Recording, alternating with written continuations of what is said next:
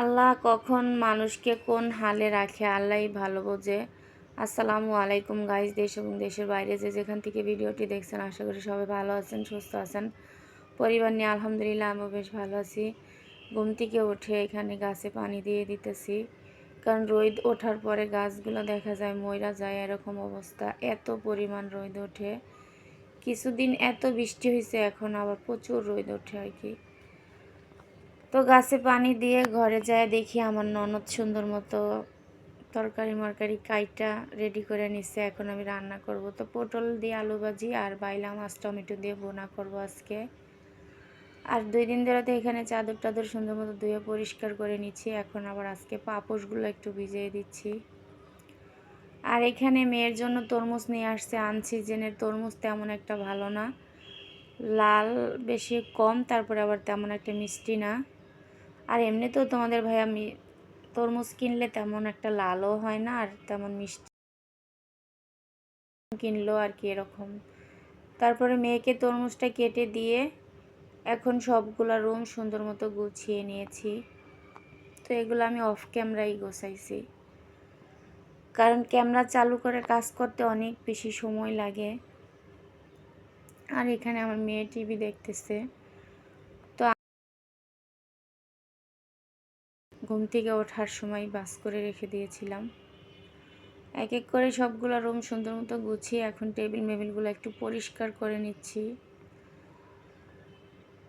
এই টেবিলে তো পানি ভরায় রেখে দেই, আর এই টেবিলটাতে দেখা যায় খাবারগুলো রাখি। তো আমার তো রুম ছোট, ডাইনিং টেবিল রাখার জায়গা নাই, তো আমার ছেলে পড়ার টেবিলটার উপরে আমি খাবারগুলো রেখে দেই। আর এই রুমটাতে এত বেশি গরম, আমার ছেলে এখানে পড়তেই চায় না, তো শোয়ার রুমেই ও পড়ে।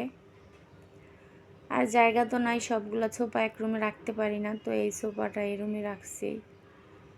তো সোফাগুলো রাখার পরে রুমে ঢোকা আর বের হওয়ার রাস্তায়,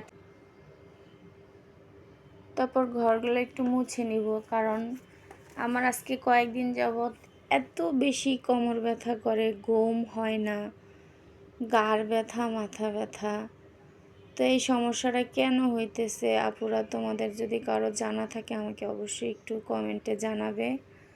আমি কয়েকদিন যাবৎ প্রচুর অসুস্থ, তারপরেও দেখা যায় ভিডিও না দিলে চ্যানেল ডাউন হয়ে যায়। এই কারণে আমার ভিডিও কষ্ট করে বানাতে হয়। আমি অনেক কষ্ট করে ভিডিওগুলো বানাই। আপুরা ভাইয়ারা প্লিজ আমার চ্যানেলটা একটু সাবস্ক্রাইব করে দিও, লাইক কমেন্ট শেয়ার করো, আমার পাশে থেকো। আমাকে ভালোবেসে যারা পাশে আছো তাদেরকে অসংখ্য ধন্যবাদ আমার পাশে থাকার জন্য। আর আমার যেই নতুন বন্ধুরা আমার ভিডিওগুলো দেখো বা দেখবা, তারা প্লিজ আমার চ্যানেলটা সাবস্ক্রাইব করে আমার পাশে থেকে যেও। আশা করি আমার ভিডিও অনেক বেশি ভালো লাগবে। আর তোমরা কেমন ধরনের ভিডিও পছন্দ করো অবশ্যই আমাকে কমেন্টে জানাবে।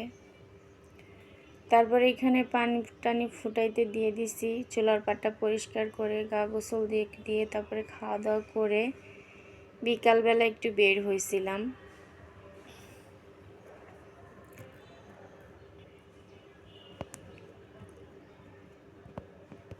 কিছু টুকিটাকি কেনাকাটার ছিল,